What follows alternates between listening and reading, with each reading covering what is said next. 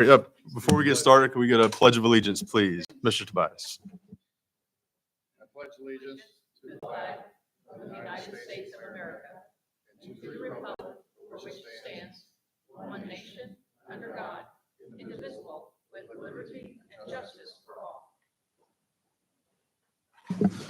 So this is a new room, and having to push new buttons just threw me all off. So thank you, sir. There are no highlights tonight. Patron comments. Do we have any patron comments, Amanda? There are none at this time. Okay, so item 1, the 2026 budget hearing, 2026 budget presentation and hearing. Amanda?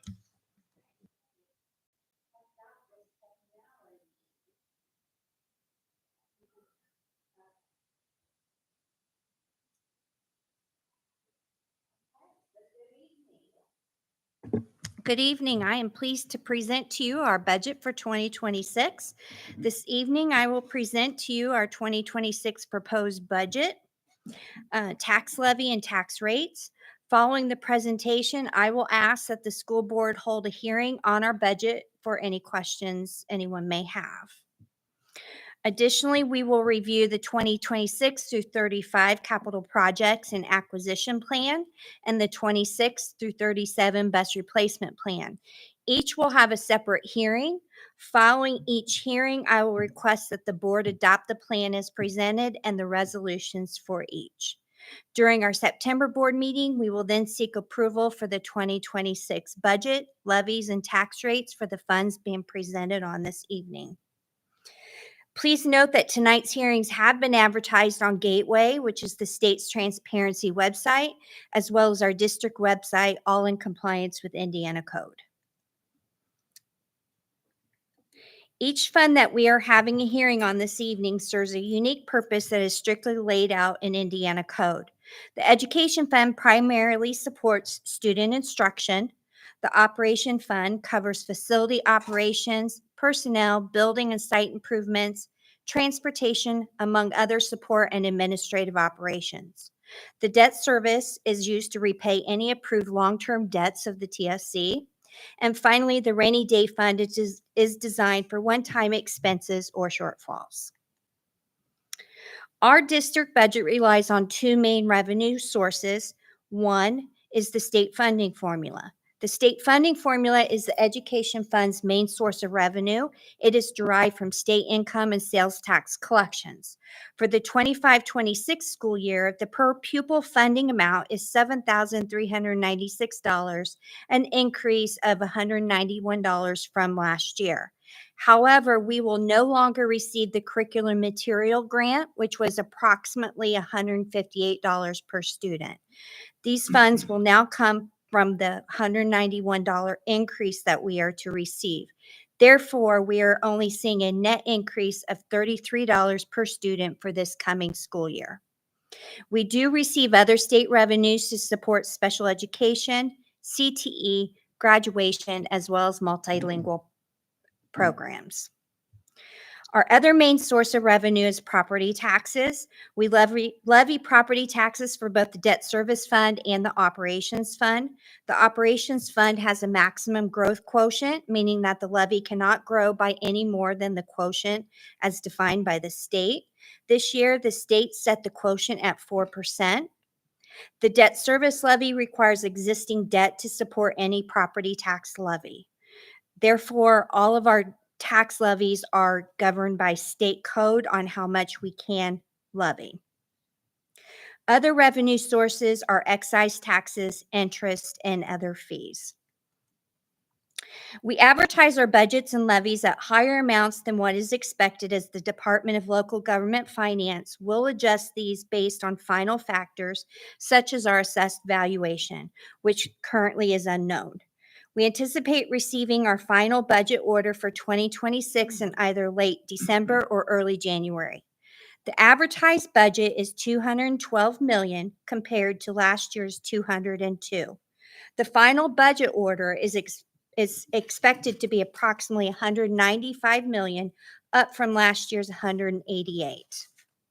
The advertised rate for 2026 is $1.12, with the final rate likely to remain at 89.73 cents.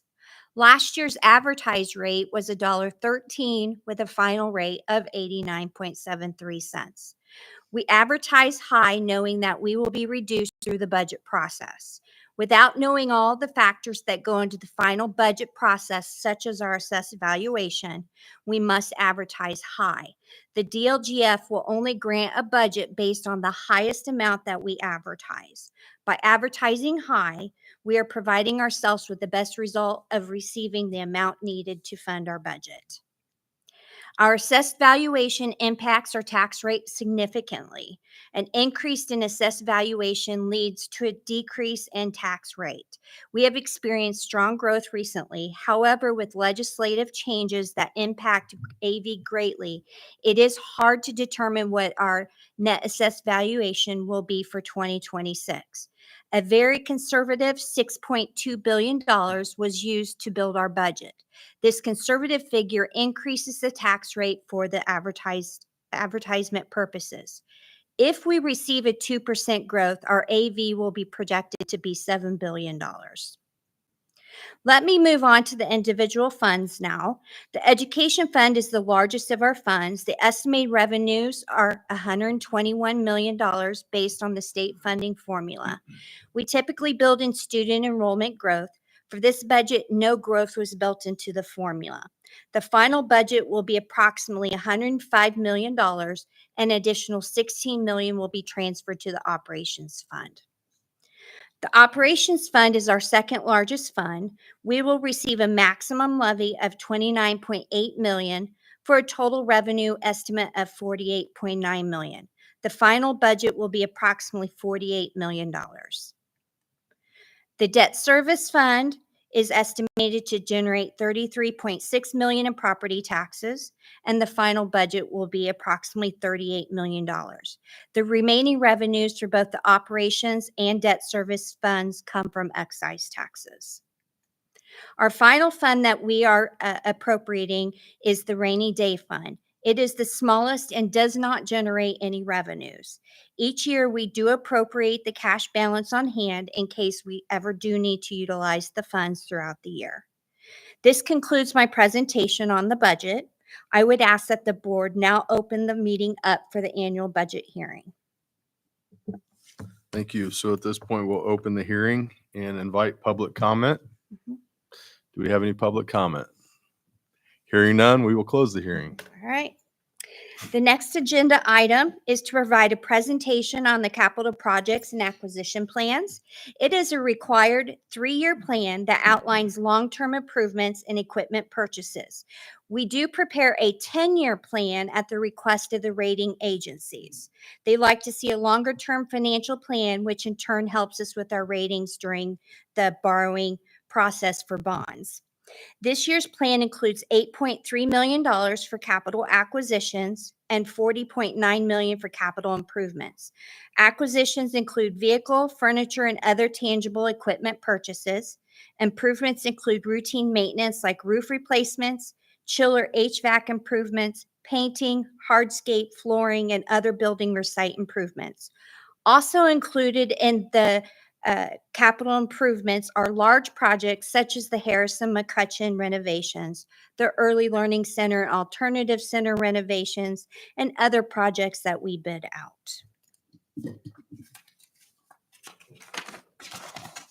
At this time, I would ask the board to open the meeting to a public hearing on the capital projects and acquisition plan. At this time, we'll open a hearing for that and offer any public comment. Hearing none, we will close the hearing. Okay, thank you. I would also now recommend the board adopt the capital projects and acquisition plan as presented along with the resolutions. So at this time, we'll entertain a motion to adopt as presented. So moved. Second. Moved by Sondergrath, second by Cummings. Any discussion? All those in favor? Aye. All those opposed? That will pass. Thank you. The final presentation is that of our bus replacement plan. This plan covers the time frame of 2026 through 2037 and includes the replacement of 15 vehicles for 2026. The estimated cost is $2.6 million. At this time, I would recommend the board open the meeting to a hearing on the bus replacement plan. At this point, we're opening a hearing, inviting any public comment. Hearing none, we'll close the meeting. I would now recommend the board adopt the bus replacement plan as presented along with resolutions. Can we get a motion for the plan as presented? So moved. Moved by Burton, Second. second by Anderson. All those in favor? Aye. All those opposed? That will pass. Thank you very much. That concludes my budget hearing presentations for this evening. Thank you very much. All right, we will move on to the consent agenda. We all went over the minutes in the regular session. At this point, we'll do the superintendent's report. We had a great start to the school year.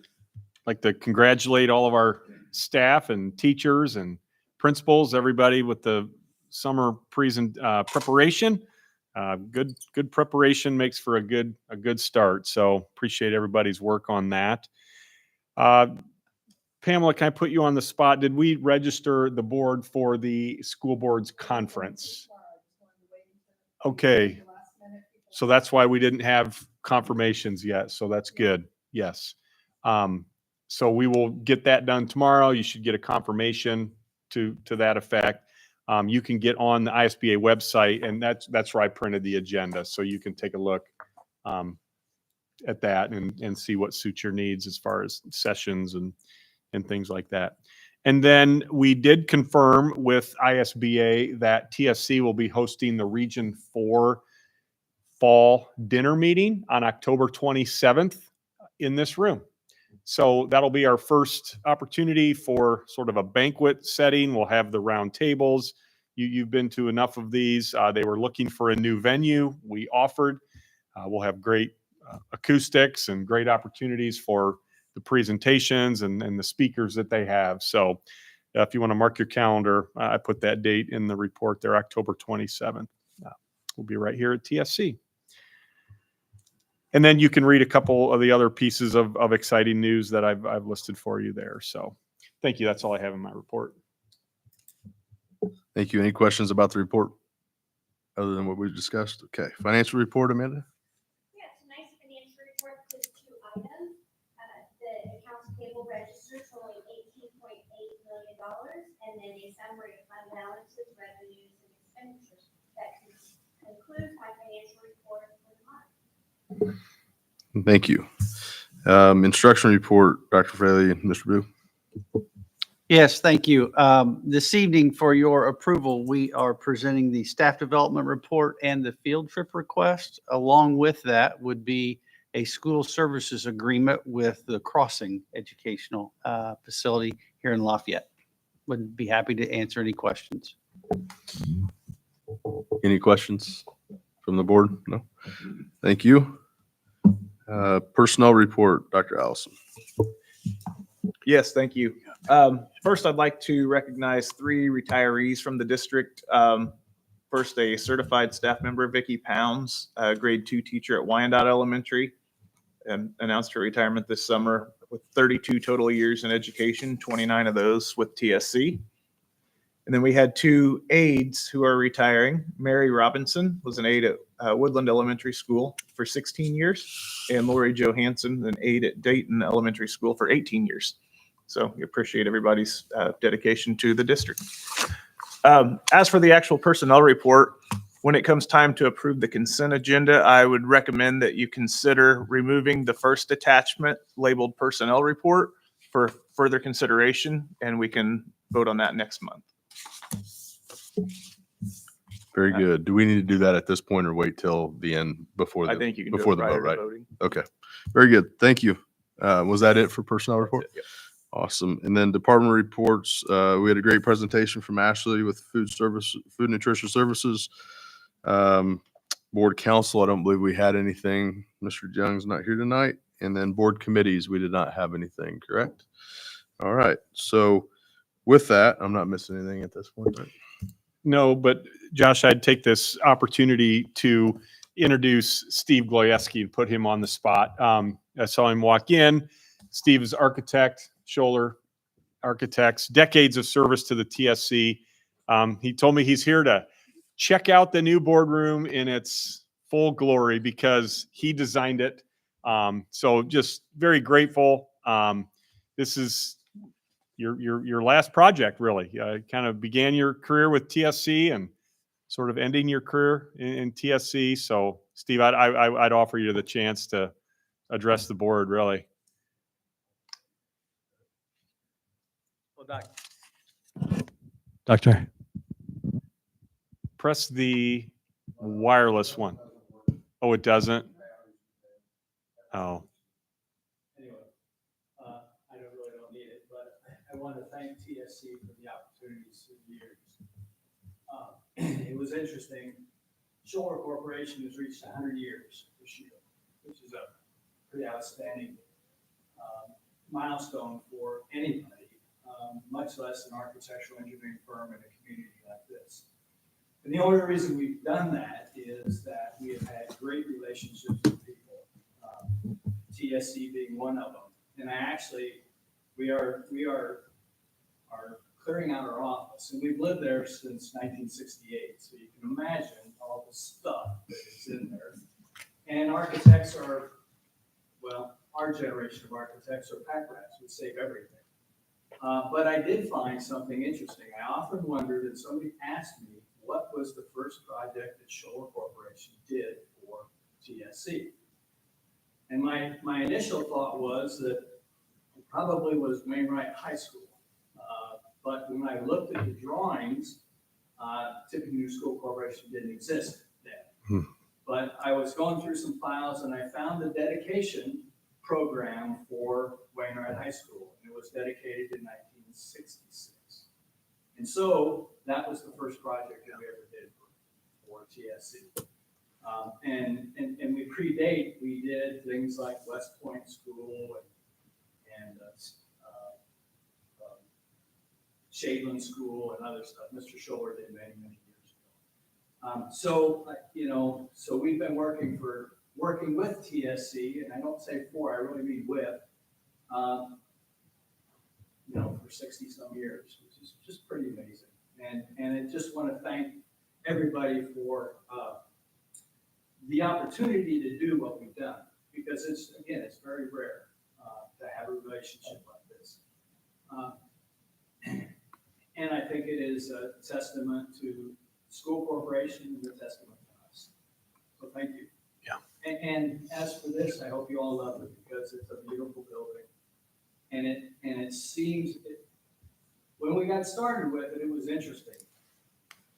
It is the type of building that we don't do a whole lot of. If you know anything about Shoulder Corporation, we did every building on Purdue's campus from 1925 through the mid-90s.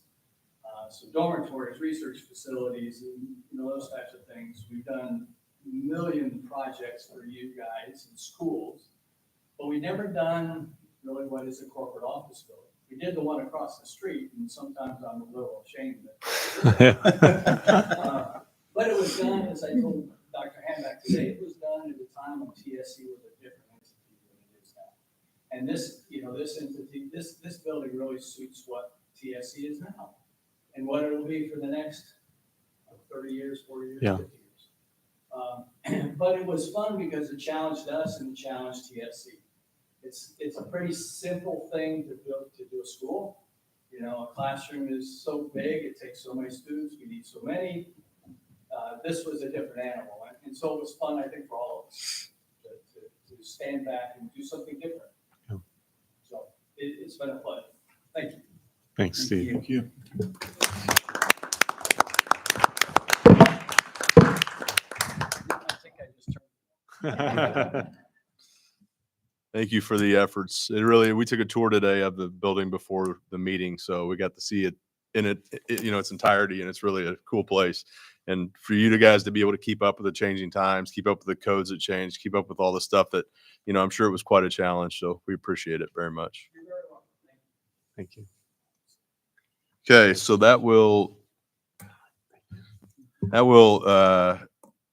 that's the end of the consent agenda. So I think at this point we need a motion to pull out the personnel report and table that till next meeting. If anybody would like to do that. So moved. Second. So I've got a first by Burton and a second by Harper. All those in favor? Actually, I don't even need that, do I? Just need to pull it out, or do I need to vote to pull it out? Go ahead and vote. You- Okay, all those in favor of pulling that out and tabling it till next meeting? Aye. And opposed? So we will pull that out. And now with the personnel report tabled, can I get a motion for the consent agenda as presented? So moved. Moved by Cummings. Second by Anderson. All those in favor? Aye. All those opposed? All right, consent agenda will pass. For old business, authorizing resolution for purchase and closing is, That's me. This is a recommendation that you adopt this resolution as presented. What it does, it authorizes your agents, being superintendent and/or the CFO, to close on the property mentioned therein, which is the Shoulder Building and the 5 acres surrounding that building. There's still some due diligence left to be done, but we are set to close very, very soon. And so by the time we roll around next month, we wanted to get this resolution before you now so that we could continue our efforts in bringing that to fruition. So recommendation that you adopt the resolution as presented. can I get a motion for the resolution as presented? So moved. Moved by Keckler, Second. second by Sondergrath. All those in favor? Aye. All those opposed? Thank you. Perfect. And then now to new business. Amanda, I think you're going to take this one, permission to request for proposal. I'm requesting permission to post a public notice for request for proposals for the land located at the corner of US 231 South and State Road 25, consisting of approximately 38 acres. This farm lease would begin with the 2026 farming year. Proposals would be due on August 28th with the recommendation at the September board meeting. Thank you. Can we get a motion to allow to permission to request for proposal? So moved. Moved by Cummings, Second. second by Harper. All those in favor? Aye. Aye. Those opposed? All right, that will pass. Next would be the bid approval, Early Learning Center, Alternative Learning Centers. Mr. Tobias? Yes, Mr. President, as indicated during the work session, we received bids for the Early Learning and the Alternative Learning Center on August 5th. We received several bids. We have the information that was provided. Developer Architects has reviewed all the bid items and we're recommending approval for PD construction of base combination bids and all the alternates for a total of $7,615,000. This time entertain a motion for the bid approval. So moved. Moved by Keckler, Second. second by Burton. All those in favor? Aye. Aye. All opposed? All right, that will pass. Next would be the RFP approval.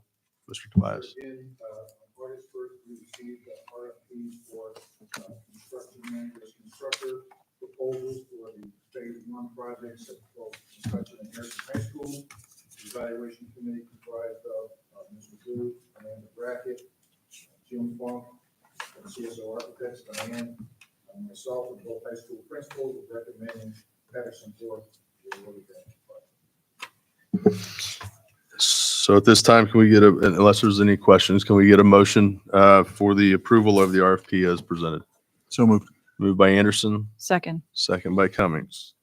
All those in favor? Aye. All those opposed? That will pass. And then lastly, permission to bid school buses for 2026. Amanda? Yes, at this time, I'm requesting permission to bid our 2026 bus purchases. We will most likely utilize the CIESC cooperative purchasing bid, but we do want the ability to go out to bid on our own if need be. Perfect.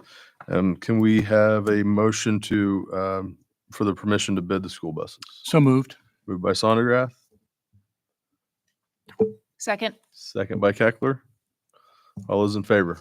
Aye. Aye. All those opposed? All right, that will pass.